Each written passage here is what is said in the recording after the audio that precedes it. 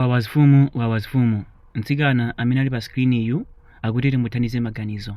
Mtsikana ameneyu adakula ndi bambo ake, mayi ake adamuthawa, iyeyu ali mchaka chimodzi ndi miyezi 4. ndiye kuyambira kuphunzira kuyenda, kudya, kuvala, china chilichonse ankamphunzitsa ndi bambo ake. Ndi amakhala ndi bambo ake mpakana adayamba skulu. Ndi tsiku lina akukhala ndi bambo ake aja, bere wawo wa bambo ake adamwalira. Zotsatira zake mayi ake aja anabwera. Limenelo lidali tsiku loyamba kuiona nkhope ya mayi yake. Atabwera zapanga atendi maliro aja, ananyamukanso anapita. Adangowaona tsiku limenelo sadaonenso, even kumene amakhala samakudziwa. Ndi amakhala yeye pamodzi ndi bambo ake. Bambo ake anamphunzitsa skulu mpaka nakumaliza. Pa tsiku la gala ndi pamenenso anabwera mayi yake kuzampanga sapoti iyeyo kuti amaliza maphunziro ake.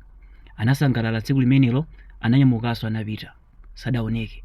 Ndi mtsikanayo amakhala yeye mpaka adapeza mamuna ochita bwino. Mamuna uja adamkwatira. Ndi pa tsiku la ukwati mayi ake ajanso anabwera kuzapanga atendi ukwati wa mwana wawo. Anasangalala adapita. Ndi kuyambira tsiku limenelo mayi ake aja adayamba kulumikizana ndi mtsikanayo, kumatumizira ma message, kumacheza izi ndizi. Ndi mtsikanayo mtima wamkwiyo analibe, amangotawa ndi mayi yanga. Ndi akapeza ti ndrama amathandiza mayi ake aja, amathandizanso bambo ake. Ndi mayi ake aja akamathandiza nthawi zonse ankanena kuti ndramazi zachepa, ndramazi panopa zinthu zikudula, ndi zimene amapanga. Pamene bambo ake akamathandiza amanena kuti ndathokoza ndi kumupempherera. Koma mayi yake nthawi zonse akathandiza amangoti ndramazi zachepa, zinthu zambodula, izi ndizi ndi zimene amakamba. Ndi mtsikana amafika potopa ndi mayi akewa.